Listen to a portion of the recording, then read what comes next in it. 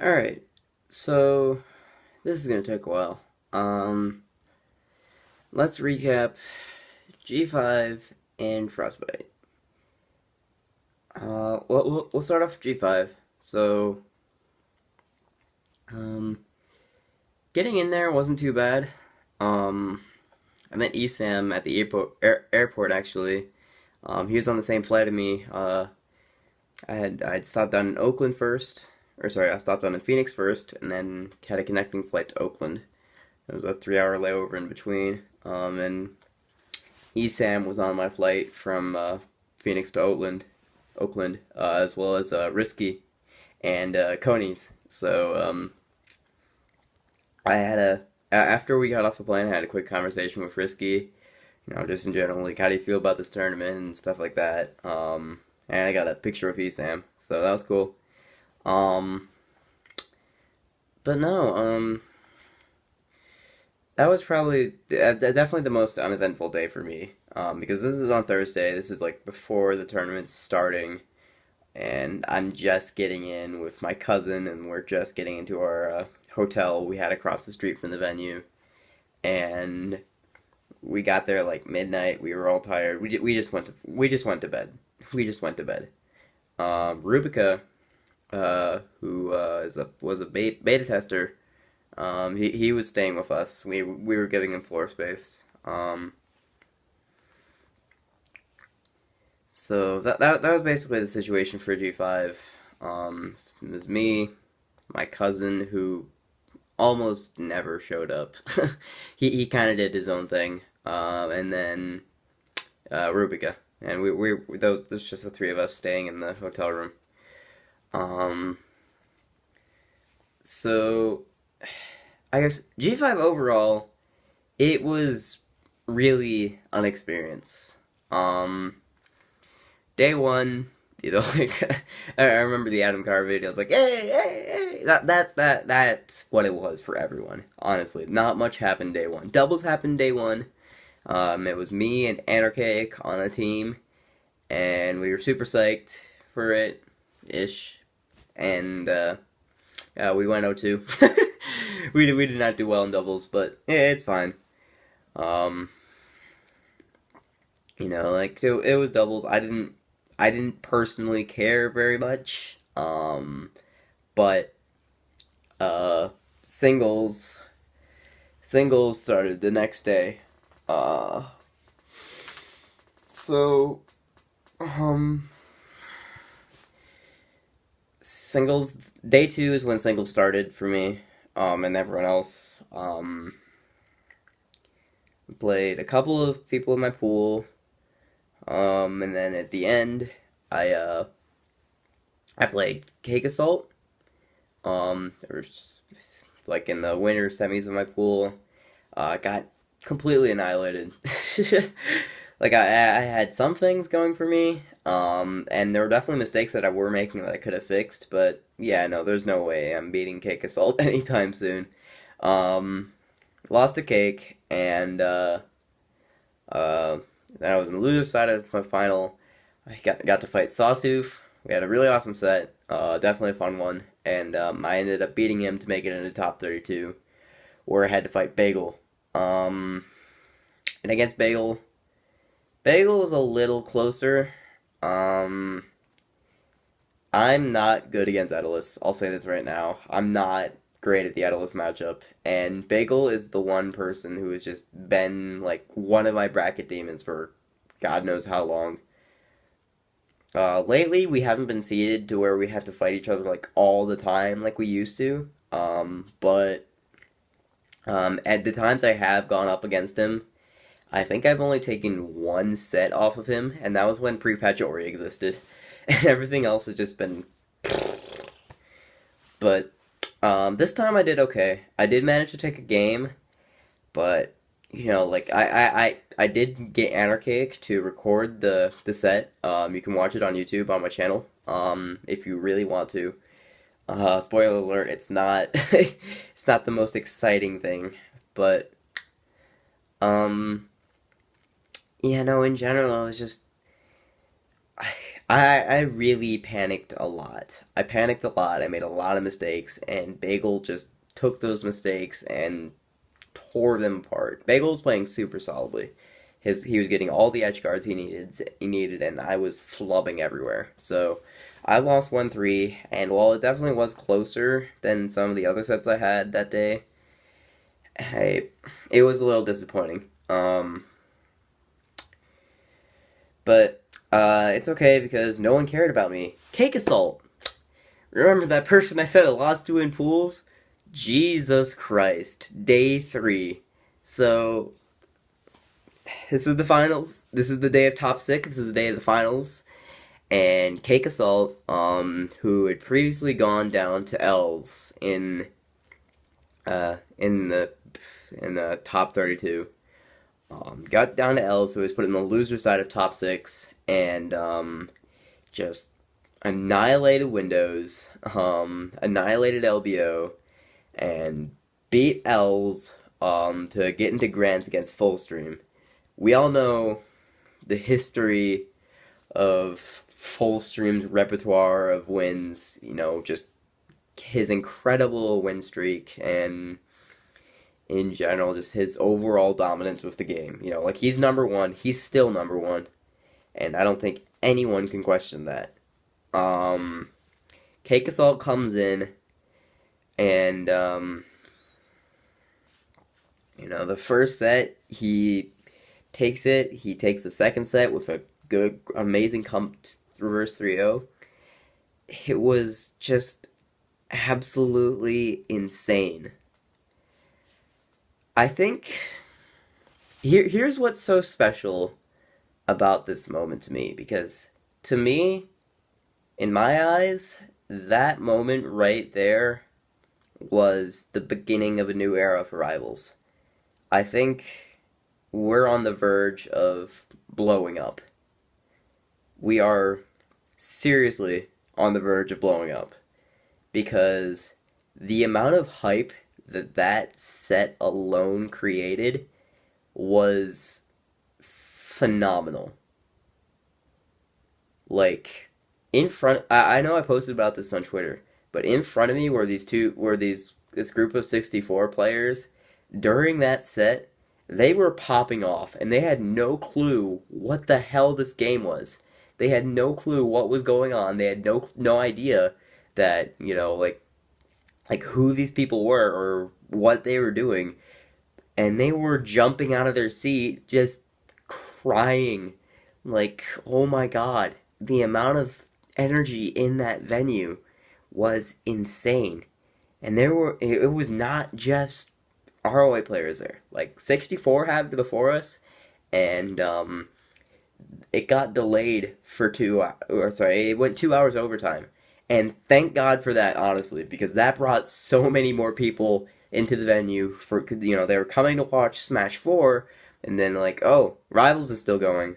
You know what? Fuck it, we'll watch Rivals. And that brought so many more people in.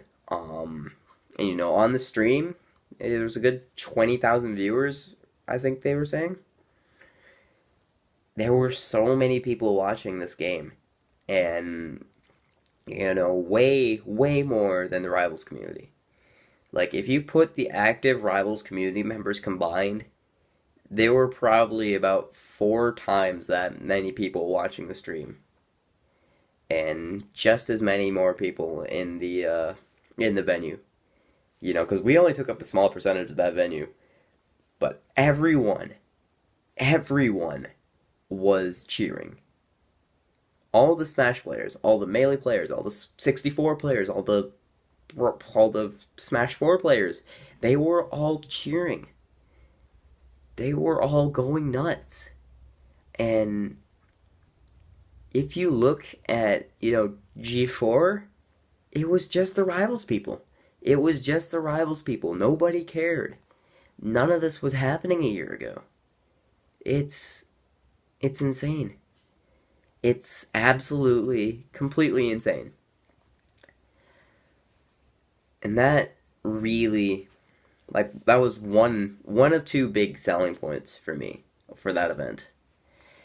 The second point was all the people I met at G5. Oh my fucking god. Everyone, just absolutely incredible people.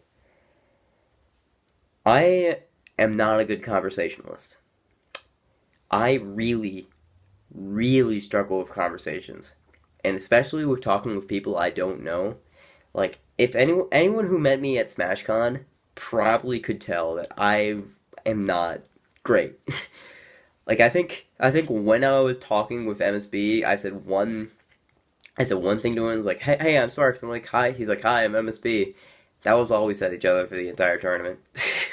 Like, I didn't know what to say to anyone. I did like I know you people. I know you know me. That's all I know. Like, I was such an awkward person at SmashCon. God. But at G5, I got to talk with people, and like I can't say how crazy that is that I was able to have conversations like a normal person. Like a normal person would have these kinds of conversations with people. And it felt amazing to me. So, alright, I got some shoutouts to do. First off, Sawtooth. Sawtooth. Oh my god. It, I think it's safe to say that I hung out with you the most at this event. Um, but no, it was great meeting you, dude. Like, the experiences we had together, um, popping off with you as we watched the finals and playing all these games together, it was just an absolute blast. I had an absolute blast, and you were one of the people that really made this event for me. So, thank you so much. Cheesehead! I think, yeah, you didn't come in the first day. You came in day two. But as soon as you did, oh man.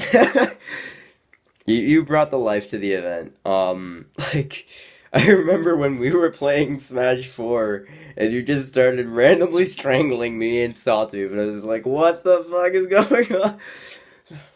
No, but, man, like, I feel like I'm going to be a broken record for a lot of these, because so many of these people did incredible things for me. Anarchic, Taco, Panch, Vince. Got to meet Vince, finally. Um, so many people. So many people. I could go on forever, but really, if I met you, thank you. And I honest to God mean that, because everyone I met at G5 was just such a pleasant experience. And I really can't say enough about how much I appreciate you guys. It's just, thank you. Thank you so much. Frostbite. So, I had an adventure getting to Frostbite. Oh, man. So, 3 days before I even started traveling to Frostbite, I got sick with this awful, awful cold. I don't know what it was even. The doctors don't even know what it is. But it's very similar to something I had back in December, where I just had a high fever, chills, lots of congestion, and just in general, just a miserable time. A miserable time. It's absolutely miserable. So Tuesday, Wednesday, Thursday, I actually ended up staying home because I was too sick. I was too sick to go to school. I was too sick to go to work. I couldn't do any of it. So Friday, woke up that morning, and this is the morning this is the morning I'm going to Frostbite, yeah. And I woke up, and the fever's 102, and I was like, shit. So, I was messaging the group chat because I was going to be staying in a Airbnb. Yeah, I was going to be with MSB, Toko, Solar, Dinla and his brother, Omen, Quote, and then myself. So we were supposed to have 8 people in this Airbnb. There were quite a few of us. And like, so we've been planning this for like a good couple of weeks, just getting into this Airbnb all together. Um, and then that morning when I woke up in like with that 102 fever, it was just like, shit. I'm too sick to go to Frostbite. So, I took some Dayquil. And I messaged the chat. I was gonna message the chat because what I'm supposed to be doing is I'm supposed to be driving quote. I was gonna be picking him up in Chicago, and I was gonna be driving quote to Dearborn, or sorry, to Detroit, where we're staying in the Airbnb. And so I was like, all right, well, I'm supposed to be leaving right now, but I have 102 fever. I can't do this. So I go to the group chat and I'm about to message them. I gotta cancel. I gotta cancel. I can't make this. And I come there to find that quote says he can't make it. Quote said that couldn't make it. He said he was too afraid of the roads, and he was just gonna stay at home. And seeing that was just like a huge bummer. And like, so like that made me realize something. It made me realize that I don't have to leave immediately. Like, I don't have to leave early in the morning to pick up quote. I can stay here. So I was like, okay guys, here's the plan. I'm gonna rest up for like 3 hours, because I'm sick as fuck right now, and I'm gonna make sure that if I'm okay in like 3 hours, I'm gonna go. If I'm not, I'm staying at home. I barely made the decision that day to go to Frostbite. I barely made that decision. It was super last minute, and my fever was still pretty bad. The fever was still pretty bad. Cough was still pretty bad. Everything was just pretty bad. I decided to just say, you know what? Fuck it. So I went to Frostbite with a shit ton of medicine and just everything. I get brought bedrolls and sleeping bags for the Airbnb, because I wasn't sure how many beds or couches they had. So I brought all that, and I drove over there. I left like 1 here, drove over there. I left way too late and took way too long getting there because I had to stop about 2 hours away from the venue because it was getting so late. It was getting so late, and if I were to keep driving, I would have gotten into the Airbnb at like 1 a.m. And I didn't want to do that. I didn't want to do that because there's a fucking snowstorm happening during this time. I'm sorry, I completely forgot to mention that. There's a snowstorm. So the roads were awful. Just absolutely awful. Like, it wasn't too bad until it hit Indiana. And driving into Michigan was so bad about their roads because that's what Dinla's brother was telling me, was that Michigan doesn't plow their roads until the snow is done snowing. So, the roads were just complete trash. It's a miracle I didn't get stuck, honestly, because they were complete trash. So I just like, I don't want to drive for this. I'm just gonna stay and book a hotel here in Battle Creek, which is 2 hours away from the venue. That was the day I found out it was illegal for a minor to register, just to book a room, unless he has some kind of adult with him.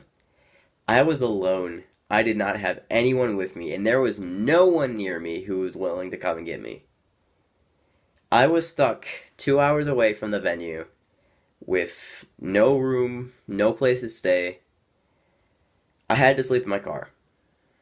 I had to sleep in close to freezing temperatures, in my car.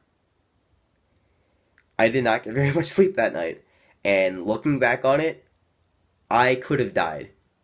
I literally could have died that day. Holy crap. it's just it was rough. But like once I got into a comfortable position because I was bundled up with a bunch of layers and the two sleeping bags I brought, I stacked them on top of each other and I put one inside the other and then I got inside both and just made sure to keep myself warm. Um, I set two alarms, one in the middle of the night to make sure, like I can wake up to that and say, "Yes, I'm not freezing." And then a second one to wake me up in the morning. So, oh my god, that was absolutely insane. That was absolutely insane. But I did it, and somehow, I don't know if it was just the adrenaline rush or the will to survive and the will to get to this freaking tournament that I almost died for, but I drove the next. But I woke up that morning and I felt great. Like I felt legitimately great. And I don't know why because this I was still really sick when I went to bed. When I went to sleep in that car. I was still so sick. And I woke up the next morning, fever's gone. The fever was gone. I had only gotten like a little bit of sleep in these freezing cold temperatures and my fever was gone. Like that morning, if I had bad temperatures, I was just like saying like I'm gonna go back. I'm gonna go back. I can't. This isn't worth it, And I've already paid the price. I can't do that. And I didn't want to do that. I didn't want to go back. So I was so just ecstatic when I found out that my fever was gone that day. I still had a cough, and eventually later in the day the fever did come back, but I did still have. So I was still sick. But I was healthier. I was getting healthier. So, I looked at all that, and I was just like, alright, you know what? We're gonna get some breakfast. We're gonna go to fuck the Frostbite. I have pooled at noon. Let's get over there. I drove the 2 hours over, and it's just... the drive was smooth. Everything went fine. I got to my pools in time, and I began to play.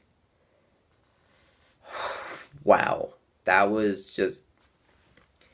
Getting there was easily the craziest part of this trip for me.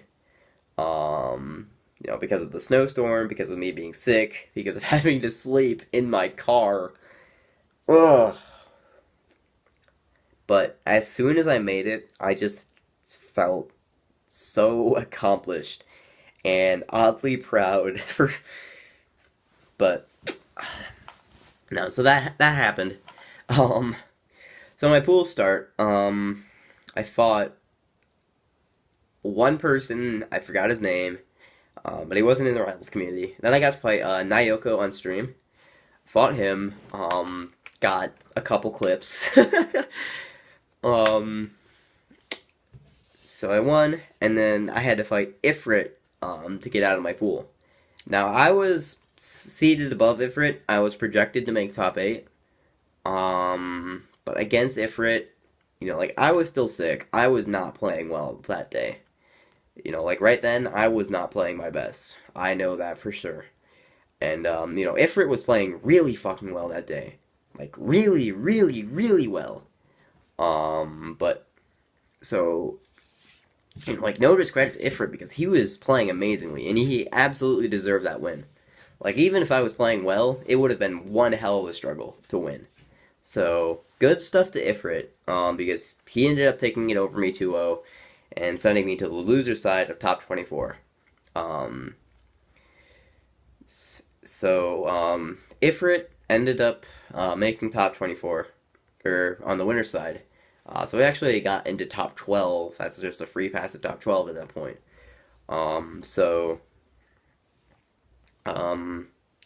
Yeah, so again, that was the situation I was in. So, I was sent to the loser side of top 24. My first round was Kibbs. And that already scared me, because Kibbs has a pretty damn solid force burn. Pretty damn solid. We ended up playing, and he was playing fantastic as well. I was playing a little bit better than I was with Ifrit. Not by much, but it was enough to pull ahead and take that set 3-1. But that was a very, very close set, and Kibbs could have easily upset me right then and there. You know? And then, because of Corks getting a huge upset on Turtlebox, I had to fight Turtlebox for 13th. Oh my god. What? That was just like the huge, like, what the fuck? Why? That was my reaction. I just got so screwed by bracket luck right there. That was the worst possible bracket luck I could have gotten. I was like, okay, well, I'm gonna prepare for this. I'm gonna prepare myself mentally. I'm gonna play with MSB. I'm gonna get some games in with him. I'm gonna practice for this. I'm gonna really, really try, because I know I'm sick as fuck right now, and I'm not playing my best. So I need to put 100% of my effort. When I was playing against Turtlebox, that was me playing at some of the best I've ever played. I can comfortably say that. Because Turtlebox was having a rough tournament too, at that point. He wasn't playing super well, and he wasn't playing his best against me either. But he was still definitely playing better than he was. And at that moment, it really felt like I could compete with the top again. And that's a feeling I've had several times. That's a feeling I had when I had my close set with Sez when Ori existed. That's a feeling I had when I beat Dolphin Brick in tournament. That's a feeling what I had when I just played in the Zion Jingle Brawl and finally made a comeback again and started doing better again. But I came close. And I've come close before. But the big difference is that this wasn't online. There's no lag. There's no overpowered character that I'm playing. This was local. This was against Turtlebox. This was me playing to my fullest and really, really, really trying. And that was probably one of the closest sets I've had with a top player. Even though it was 1-3 and I didn't take game 4, game 1 he took pretty solidly. I was starting to bring it back. I was starting to get a grip for it, get a handle of things. But he did end up taking game 1. Game 2, I fucking 3-stocked. What? I don't know how that happened. How the fuck did I manage that? I 3-stocked Turtlebox. What? Okay. That happened. And then game 3, insanely close. It came down to the wire. I panicked. He was starting to panic. He ended up managing to get his confirm in before I did, and he ended up taking the third game. And the last game, I was starting to shake. I was starting to get a little shook. And I didn't keep up my composure. So I lost the Turtlebox, and I got 13th. And that was disappointing. That was really disappointing, because I set my in-game tag to I can. Just saying, going into this, I was like, yeah, I can do this. And looking back on it now, yeah, I can do that. I can win. I can win against these players who are insanely good. And I can compete. That's who I am. I can do this.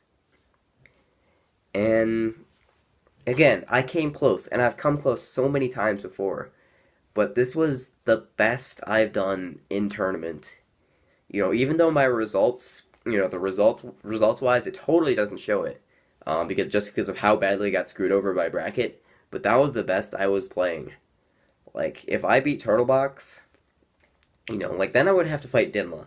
And, Dinla, I don't know if I could beat Dinla, that tournament. But I could have definitely gotten far. and I think that was a big moment for me, you know, that was a big moment for me. I was hoping before the tournament that Frostbite would be my breakthrough, and it wasn't. It wasn't. But it was still really solid. It was really solid, and it shows clear signs of improvement. I think 2018 is the year I become a top player. That's a big deal. I know. I came into 2017 hoping like this would be the year I became top 50. I think I might have been able to accomplish that. I don't know. I'm very anxious to see how the rankings turns out. But I think 2018, I'm going to make top 20. That's my goal. That's where I'm setting myself right now. That's where I'm going to push myself to, is top 20. Because I know I'm capable of it. I know I'm capable of it. I can. This is that's what's gonna happen. I'm sure. Like, I'm sure many people don't see me as a huge threat right now. A huge threat.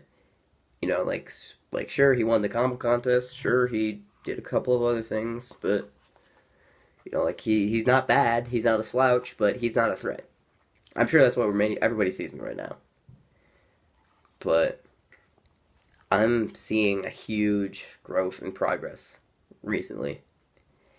And I think if I'm able to push myself, if I'm able to, keep this momentum going that I have right now, I'm gonna make top 20 easy. Easy. Not a problem. So, I guess this is sort of a warning to everyone else. Look out for me, because I'm gonna go and I'm gonna kick your ass. I'm gonna kick your ass. Nah, I'm gonna be friendly about it though. But again, Frostbite was just so many great people. First off, shout outs to fucking Corks. Corks, you are so incredible. You are such a generous and kind person. And I can't say enough about that. Like, you single-handedly flew out 2 players and, helped the pot bonus so much. You made this event. You added so much more hype to this event. And I know when I was talking to you, it was like, oh, now I got money, people like me. Like, okay, sure, fine, whatever. If you want to look at it like that, fine. But we appreciate you so much for what you did. And meeting you at Frostbite, it's just, you are such a great person, and you willing to give me housing on Sunday. That's the other thing. I didn't have the Airbnb wasn't staying Sunday night, but I wanted to stay, and Corks was there for me. Corks gave me his room. He's like, you can stay in here. And he just wakes up the next morning, gives me breakfast, and he wouldn't take my money. He wouldn't take my money. I tried to give him money, he wouldn't take it. Oh, man. But, yeah, just shout-outs to you, dude. You really made this event, and good stuff for showing up.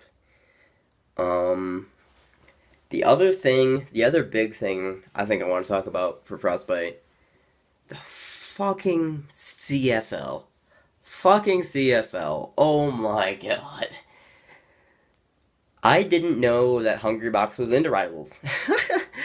I did not know Hungrybox was into Rivals, but Moogie became the center of attention, and everyone rallied behind him, and I'm so glad they did, because Moogie got 5th this tournament and got so damn close to upsetting MSB.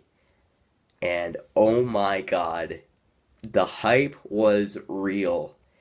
And this is, again, this is the G5 experience. This is like, holy crap, there are so many Smashers here getting into this. There's Fatality came and watched. Hungrybox was cheering on Moogie the whole time. there were so many people coming over to watch this event, and we were getting hype. We were getting hype as fuck. CFL was hype as fuck. God damn. It was crazy. It was absolutely crazy. And experiencing that was awesome. So, shout outs to everyone. And Rivals is just growing so much, dude. It's grown so much. It's gonna blow up.